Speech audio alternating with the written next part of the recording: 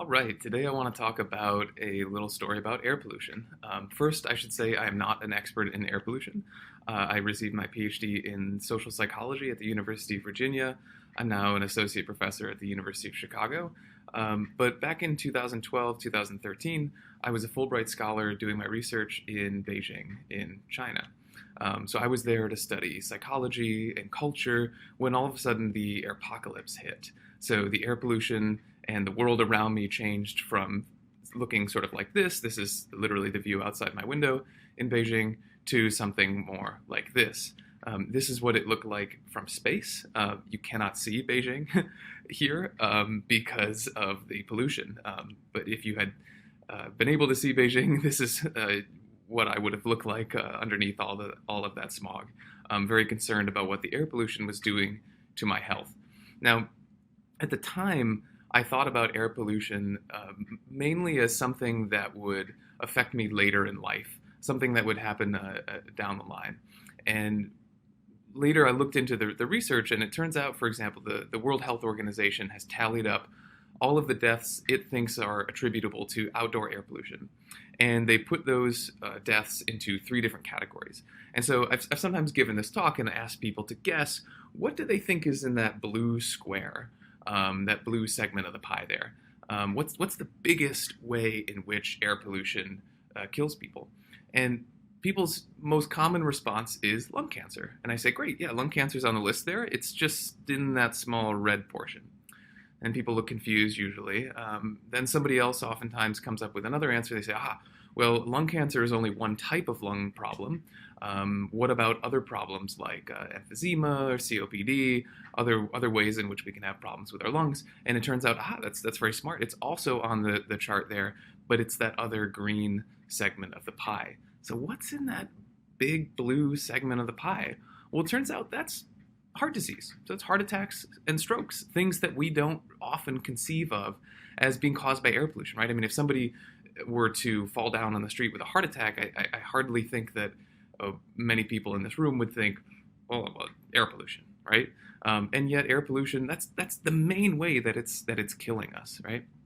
There's a neat study on this that was done in Boston. I mean, lots of studies, but this is just one example in the United States. And what I'm going to show you here in blue is the amount of outdoor air pollution. These are tiny particles in the air on different days in Boston. So this is the amount of particulate in the air on relatively clean days. Here are slightly worse days, and we'll see that get worse.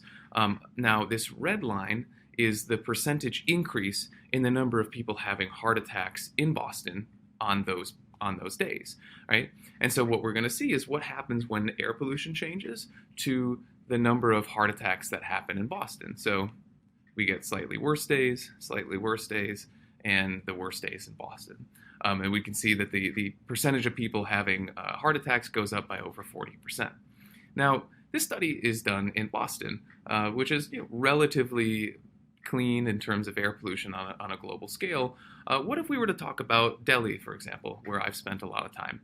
Well, let's take that same graph, and what I did is I just put the average for 2020, not the worst days, but just the average for 2020 in Delhi on that graph. And that's where it goes.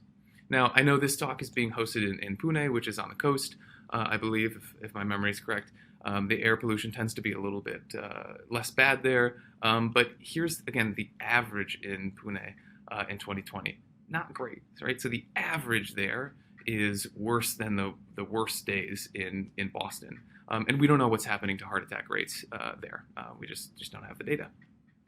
So at this point, I mean, this data is getting pretty scary. I mean, air pollution is affecting us, especially in ways in which we don't even imagine, right?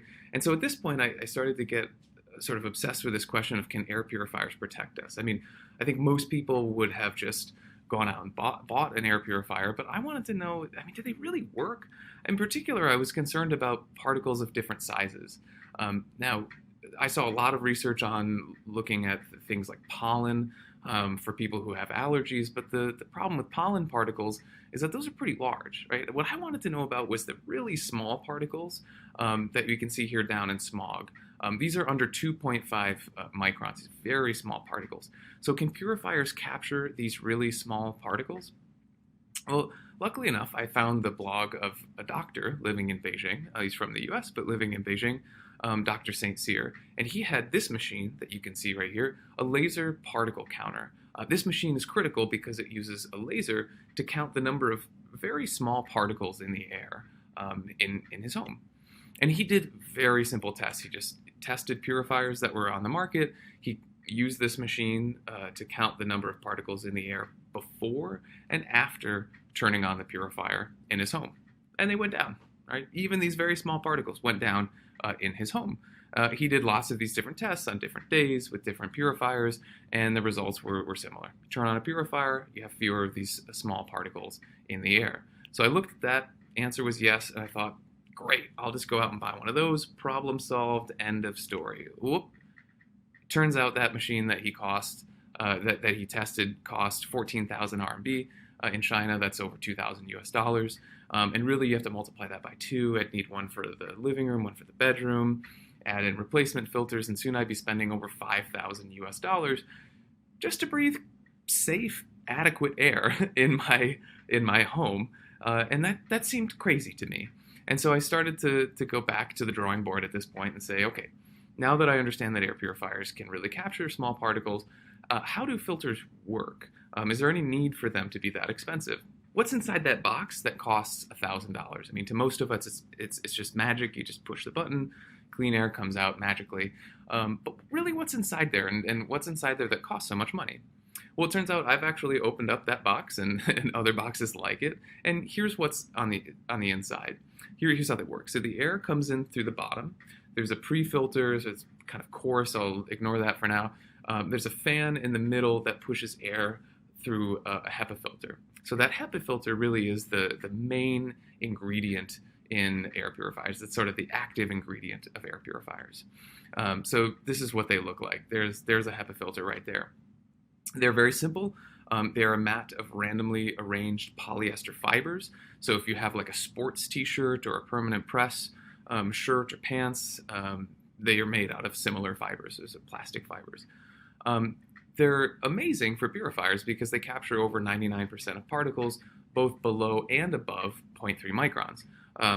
Sounds maybe technical, but here's what it means. Basically, it means if it's a particle in the air, in your air, a HEPA filter will capture it. So that means PM 2.5, these small particles that can enter our bloodstream, pollen, viruses, mold, bacteria. If it's a particle, this is going to capture it, right? So great, these HEPA filters are basically going to solve the problem of particulate pollution. But okay, are these some new expensive technology? Are they patented? Is that why this machine costs $1,000? Turns out no. The HEPA filters were invented in the 1940s when the US was developing the atomic bomb in the Manhattan Project. People were worried about radioactive particles in the air. They invented these sorts of filters. That means they're not any company's patent. It means the technology is very old, it's mature. Anybody can make these, right? And so I said, wait a second. So if purifiers are really just a fan and a filter, well, I've got a fan at home, and then I just ordered a HEPA filter online for about $15. I said, if purifiers really are just fan and filter, well, fan plus filter equals, voila, there we have it. That's the first DIY purifier I ever made in the apartment in Beijing. You can see this is not a fancy, not a sophisticated machine. It is just a fan with a HEPA filter strapped to it. And you can see I didn't even have like tape or Velcro to put it on there. I was just using a tailor's tape measure. I was just in the closet, just whatever I had on hand. But once I had this, I did a really simple experiment test in my own home. Every day when I'd go to sleep, I'd turn this on next to my bed. And at the end of each week, I would take a picture of the filter. So when I started out, week 0, that's what the filter looked like.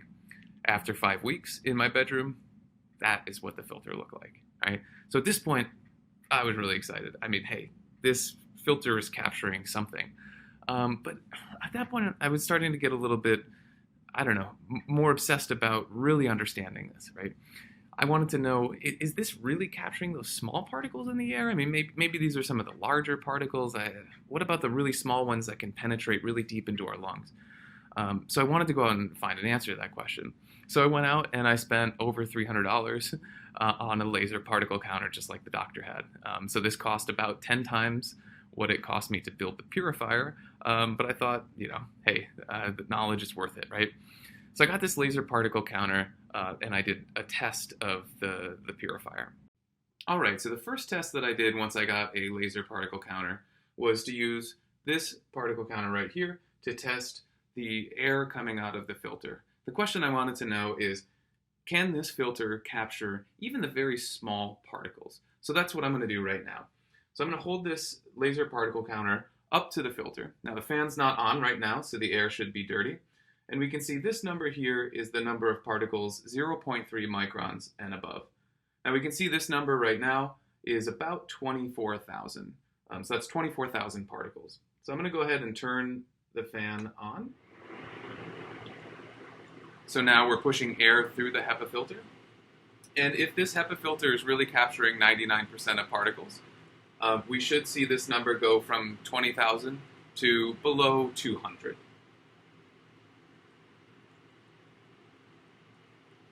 So it'll take a little bit for the particle counter to catch up.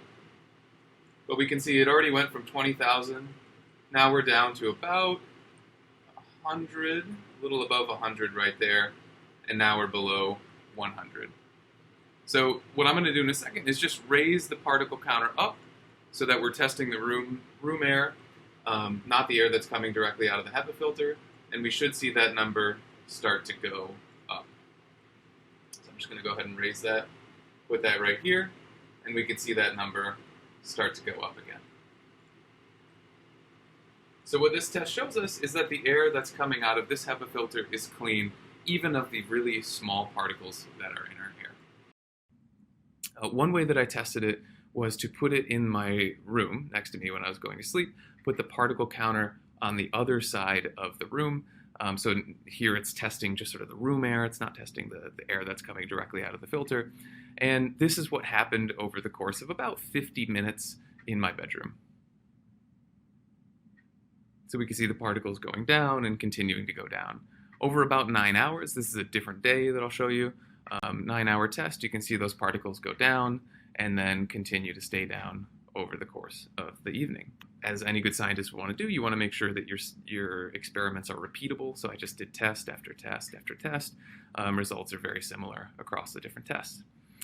But what I just showed you there were some somewhat large particles, over 2.5 microns. This machine also counts even smaller particles at 0.5 microns, quite small particles in the air. What about those small particles? Here's what happened to those. And so we can see those particles go down and stay low over the course of the test. And again, different tests, different days, results were similar.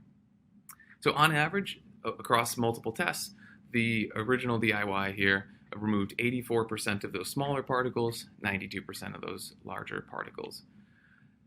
I didn't stop there though. Next I wondered, well, what if we use a stronger fan? So I went back to the Taobao, the Amazon of China, and I wondered, okay, I'm just gonna go out and buy every fan that I can. As long as I can strap a HEPA filter to it, I'm gonna test it. And that's what I found. Tested all these fans, same room, same particle counter, and after testing all of them over multiple nights, there was one fan that came out the winner, and it was this one. I decided to call it the Cannon. One, because it kind of looked like a cannon, and two, because it kicked particulate butt. I mean, this thing just went down and stayed down over the course of the night. This machine was awesome.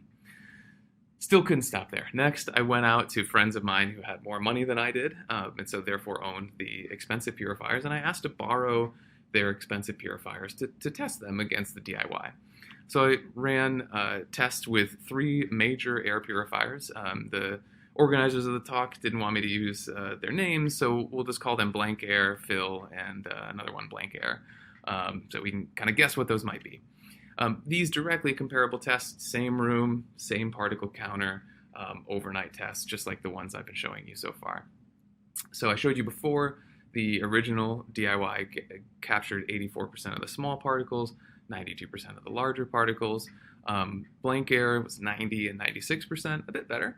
The one that I'll call Phil, 93 and 96%. The other one, 91 and 95%. And then the Canon was removing just as much particulate as the big boys here. Perhaps my favorite slide, what does it cost? So I'll just put up, here's the effectiveness that I just showed you. And on top of that, I'm going to put the price that I was facing for these purifiers in China. It speaks for itself, right? I mean, there is basically no relationship between what you're paying and what you're breathing, right? Even among the major brands, the more expensive one was not the most effective one. So basically, clean air doesn't have to cost a fortune. Clean air is not a luxury. It's a simple technology, and it should be in the hands of many more people who can afford this, right?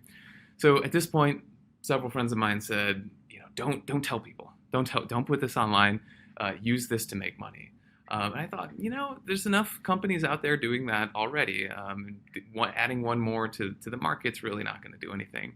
What I wanted to do was just put this knowledge out there so that more people could use it and benefit from it. So I put all my test data, methods, and basically everything I could online. You can find that at smartairfilters.com. Lots of data about purifiers and masks and all that.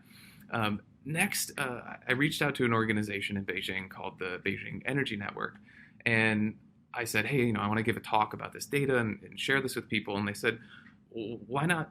Sure, you can do that, but why not do a workshop where you teach people how to make these? And I thought, well, that's a great idea.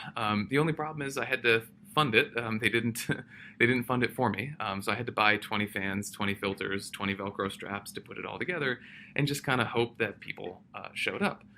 Fortunately, more than 20 people showed up. We ended up having 3 workshops. Since then, we've done workshops all over China, including India, the US, and all over the world, where we teach people how to build DIY purifiers, test them on the spot, and just generally teach people about the importance of safe air.